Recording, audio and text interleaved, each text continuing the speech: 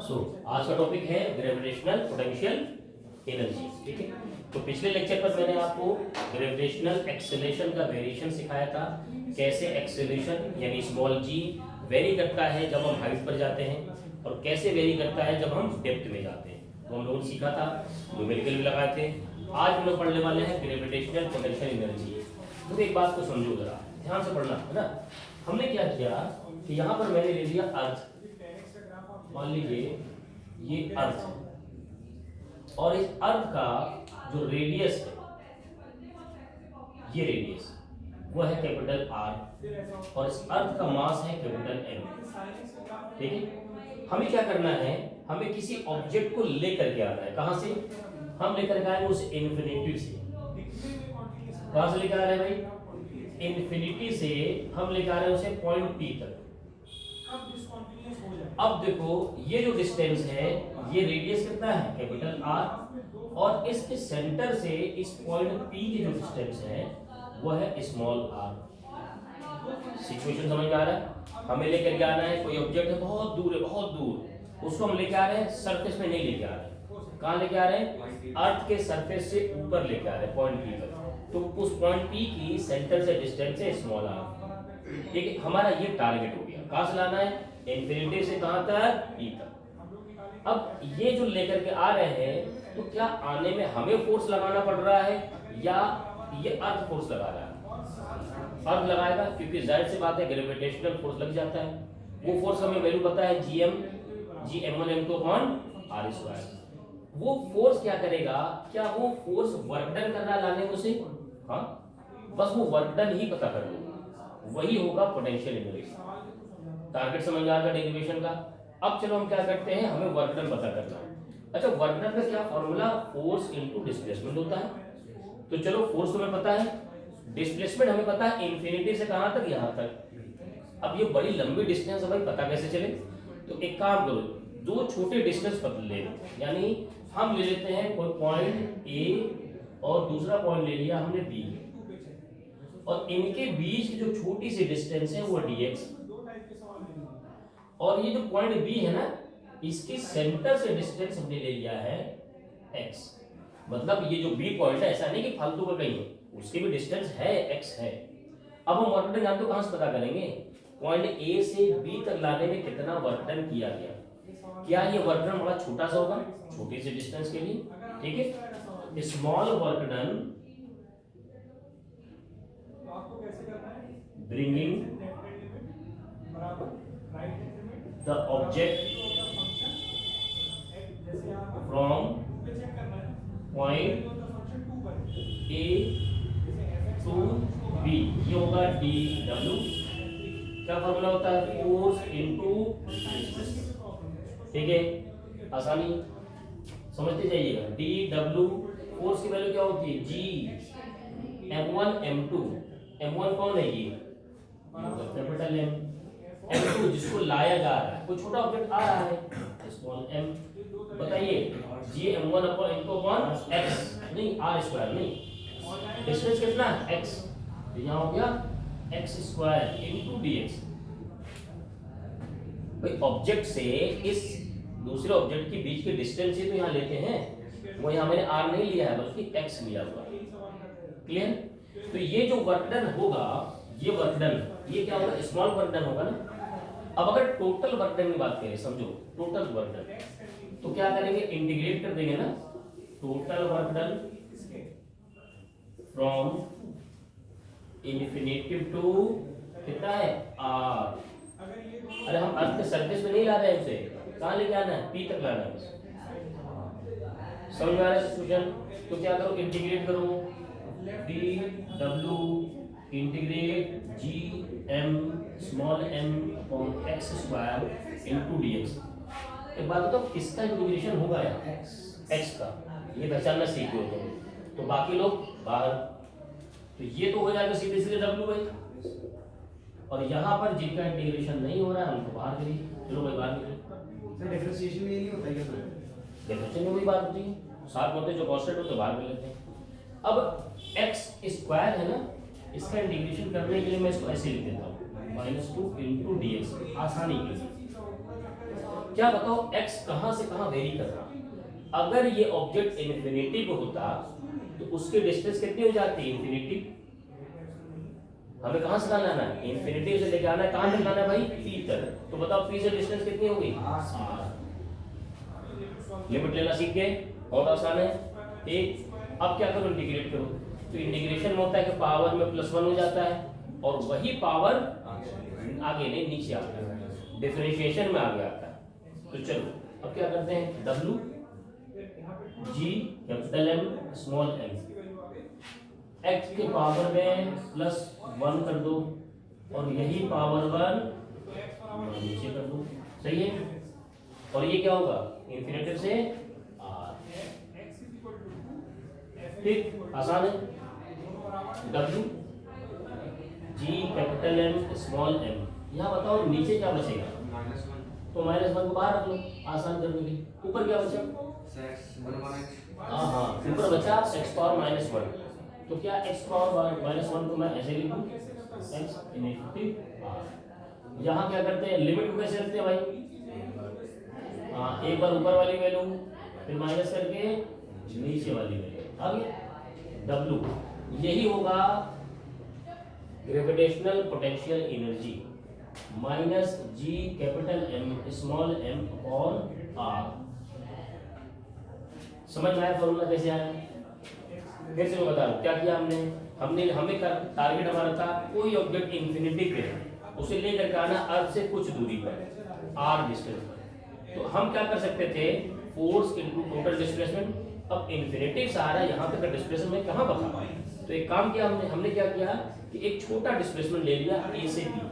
इस छोटे डिस्प्लेसमेंट के लिए छोटा सा वर्क डन और उसको इंटीग्रेट करेंगे और टोटल लिमिट लगा देंगे, जहां से लाना था इन्फिनिटी से लाना था और कहां तक, r तक लगा दिया, इंटीग्रेट किया, वैल्यू आ गई। ये तो फॉर्मूला हमारे पास आ गया। अब देखो एक बात बताओ, क्या हमेशा न्यूमेरिकल ऐसा ही आएगा कि भाई इन्फिनिटी से लाना है और r तक लाना है। वो कह रहा है भाई देखो अर्थ से 4000 किलोमीटर है, अब उसे 1000 किलोमीटर दूर से लेके आओ। मतलब आपके पास टारगेट ऐसा भी तो आ सकता है, ये रहा अर्थ और वो कहाँ है, वो यहाँ पर है A पर, उसे लाना है B पर।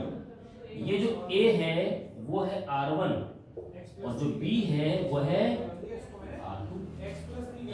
मतलब वो 4000 किलोमीटर दूर है, उसे लेकर के आइए 1000 किलोमीटर दूर। तो कितना वर्क करना पड़ेगा। अब फॉर्मूला कैसे बनाओगे, कुछ नहीं करना, खाली लिमिट बदल दो। क्या करो, लिमिट बदल दो, बस हो जाएगा। तो अब देखो लिमिट बदलोगे तो क्या होगा समझना है, इंटीग्रेशन में पूरा मत करने जाओ। ये ना तुम्हारा इंटीग्रेशन आ चुका है ना, इसी को मैं क्या करूंगा, ऐसे कर दो या ऐसे कर दो, W -G M small m, या इस यहाँ से ले लो, यहाँ से ले लो, अपॉन x² इंटू dx।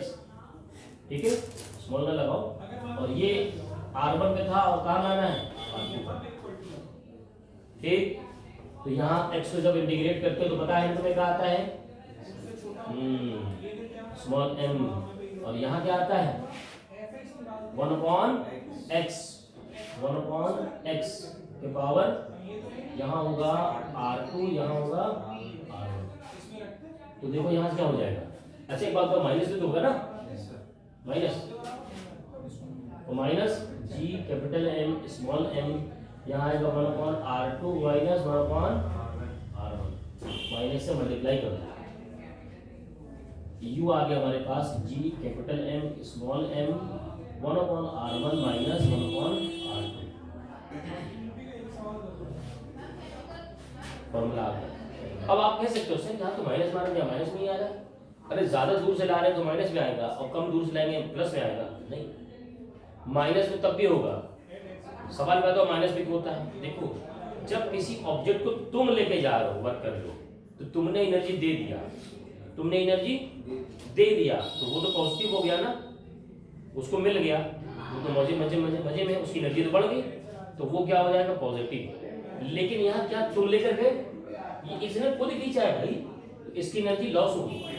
ये क्या हुआ, इसके अंदर जो पोटेंशियल एनर्जी होगी माइनस में होगी, तो यानी ये भी आना चाहिए माइनस में, ये भी माइनस में है। कैसे है देखो जरा, बताओ R1 ज्यादा है या R2 ज्यादा है? R1 ज्यादा है। R1 ज्यादा है तो डिवाइड करोगे मन में तो ये वैल्यू कम आएगी एज कम्पेयर टू इसके। यहाँ कम से डिवाइड करो, यहाँ ज्यादा डिवाइड करो, तो ये टोटल वैल्यू ज्यादा होगी और ये टोटल वैल्यू कम होगी। यानी ज्यादा में से कम माइनस करोगे तो माइनस आ जाएगा। देखो अपने आप माइनस है, मतलब आंसर जब आओगे ना न्यूमेरिकल करोगे तो अपने आप माइनस आएगा। क्लियर, समझ में आ गया? तो ये फॉर्मूला हो गया ग्रेविटेशनल पोटेंशियल एनर्जी का। ठीक, बताओ क्या मतलब कैपिटल एन जो है सर, तो आप इसको ऐसे। तो नेक्स्ट हमने इसी में केस ले लिया। जो पहला केस था ना ग्रेविटेशनल पोटेंशियल एनर्जी का, उसमें ऑब्जेक्ट ऊपर से नीचे आ रहा था, तो क्या हमें वर्क करना पड़ रहा था? नहीं, वो तो अर्थ उसे खुद खींच ले रहा था। अब यहाँ पर केस हमने लिया है gravitational potential energy if body move from earth surface to height h। यानी मामला कुछ ऐसा बनाना है, ये ले लिया हमने अर्थ, इसका मास हमने ले लिया m, और इसको क्या कराना है यहाँ से यहाँ तक गया, यानी ये रहा बॉडी पॉइंट A पर, और इसको पहुंचा देना है पॉइंट B पर। और कितना हाइट लिया हमने? Height h। भाई जो हाइट लेते हैं हम अर्थ के सरफेस से तो लेते हैं। अच्छा बताओ यहाँ से यहाँ सेंटर का इसका जो रेडियस वो कितना है? अच्छा एक बात बताओ, अभी मैंने आपको डेरिवेशन कराया था, एक फॉर्मूला कराया मैंने जिसमें जो ऑब्जेक्ट है वो इन्फिनिटिव से नीचे आ रहा था किसी हाइट तक, और फिर मैंने उसी केस में आपको बताया कि इन्फिनिटिव से नहीं बल्कि किसी एक डिस्टेंस से दूसरे डिस्टेंस तक आया। बस सिंपल सी बात ये कराया था। जब इसमें बताइए, इसमें पहला इनिशियल पॉइंट क्या है? A, और फाइनल पॉइंट B है। अगर मैं कहूँ R1 यानी अर्थ के सेंटर से ऑब्जेक्ट की इनिशियल पोजीशन के डिस्टेंस कितनी है, तो क्या वो R है? अर्थ के सेंटर से बॉडी पहले यहाँ था, फिर बाद में कहाँ पहुंचा? B पर, तो कितना हो गया? R plus H। बहुत इजी समझ में आ रहा होगा, पहले इतनी दूर था, बाद में R प्लस H पे पहुंच गया। फॉर्मूला भी हमने क्या फाइंड किया था? ग्रेविटेशनल पोटेंशियल एनर्जी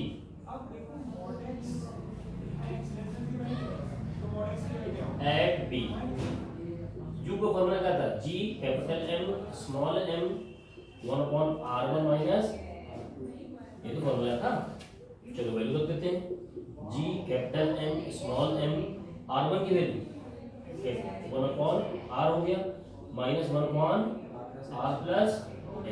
ठीक, इसका तो कोई कंफ्यूजन होगा नहीं, आसान है। r कॉमन ले लो, G capital M small m, r common ले लिया, तो यहाँ आ गया 1 माइनस, यहाँ हो जाएगा r प्लस h। जब कोई चीज किसी के पास न हो फिर भी उससे ले ली जाती है ना, तो ऊपर वाला उसे दे देता है। बड़ा अच्छा चीज है। आपके पास वो चीज है नहीं गरीबी में, फिर भी ऊपर किसी ने ले लिया तो ऊपर वाला और आपको देगा।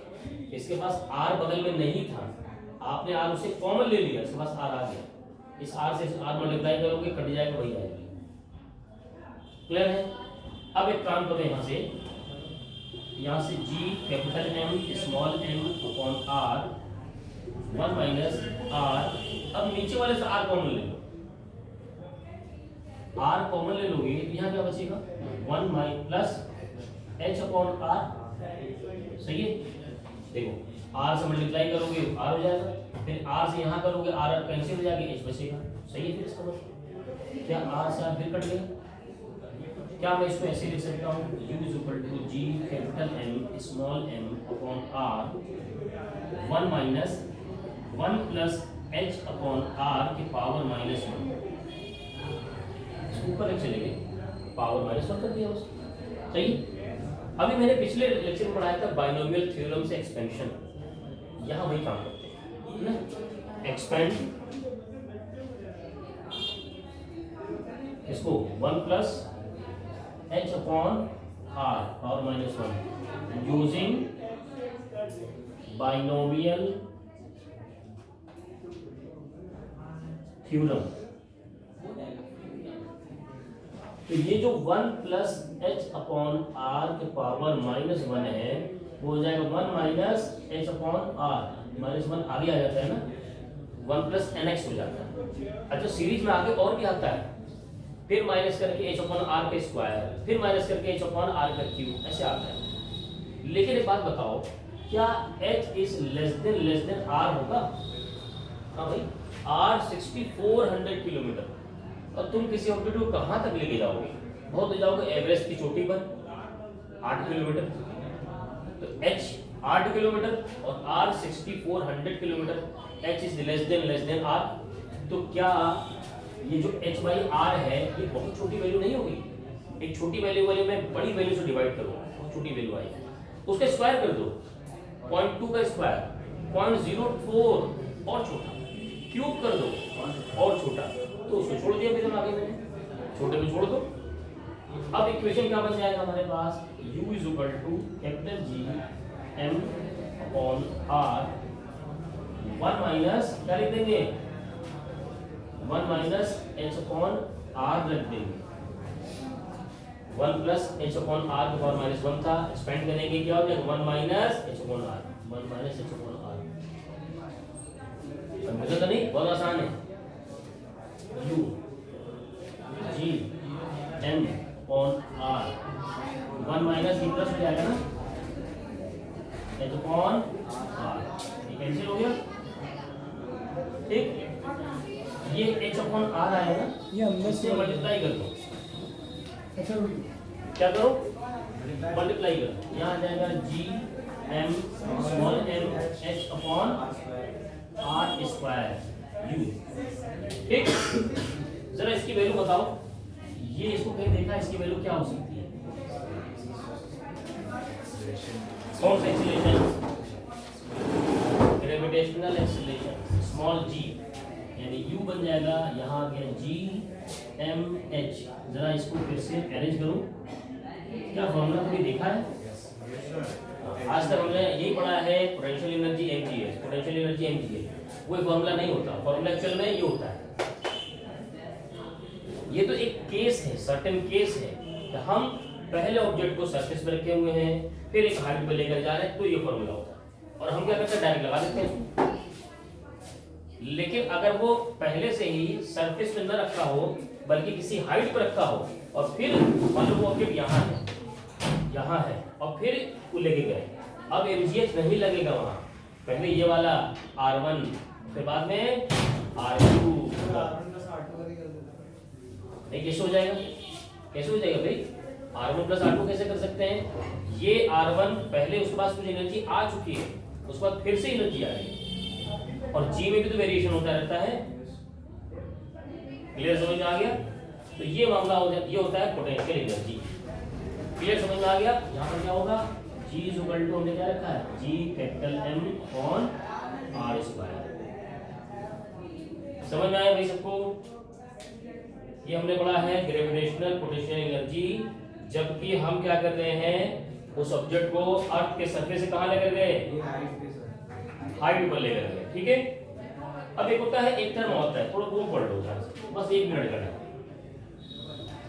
एक और टर्म होता है ग्रेविटेशनल पोटेंशियल,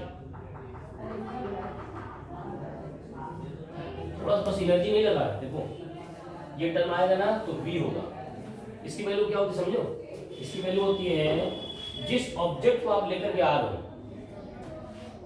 उसपे में जो वर्क डन हो रहा है उस ऑब्जेक्ट के मास से डिवाइड कर दो। पिछले डेरिवेशन में ऑब्जेक्ट आया था छोटा सा मास, ऊपर से लेके आए थे नीचे तक इंफिनिटी से, तो वो जो वर्क डन लगा वो वर्क डन है, और जिसको लेके आए थे ना उसी m से डिवाइड कर दो, हाँ उसी का मास है। बताओ वर्क डन फॉर्मूला क्या था, क्या -G m/r/m होगा, क्योंकि W की वैल्यू ये थी। आप अपना पेज पलटिए कॉपी का, यही फॉर्मूला था W का, सबसे पहला फॉर्मूला। फिर हमने R1 R2 लेकर के आए, ठीक है। तो यहाँ से क्या हुआ, m से m कट गया, ये आ गया -G M/r। एक बात देख लो, जिस ऑब्जेक्ट को लेके आए हो ना उसी का मास गायब है। सवाल क्या आएगा, सवाल आएगा कि एक छोटा ऑब्जेक्ट 10 kg का है और उसे अर्थ खींच रहा है, तो बताइए अगर ये r डिस्टेंस पे आ गया है तो बताइए उसकी पोटेंशियल कितनी है। तो जो जिसको ला रहे हैं उसके मास से तो मतलब ही नहीं है, जो खींच रहा है उसके मास से मतलब है। कैपिटल है, अर्थ खींच रहा था ना, उसका मास फॉर्मूले में रखा गया है।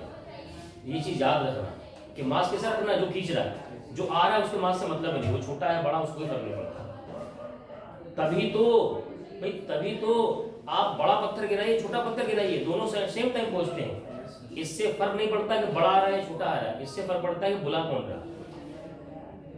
ठीक, अच्छा एक बात बताओ, ये जो पोटेंशियल है वो अर्थ से r डिस्टेंस पे है, इस डिस्टेंस पे है।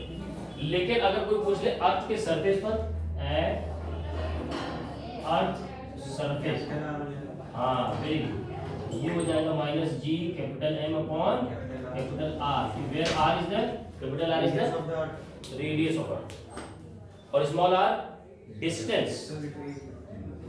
ठीक है, क्लियर, समझ में आ गया सबको? चलिए नोट करिए, फिर न्यूमेरिकल बात करते हैं। जब लेके जाएंगे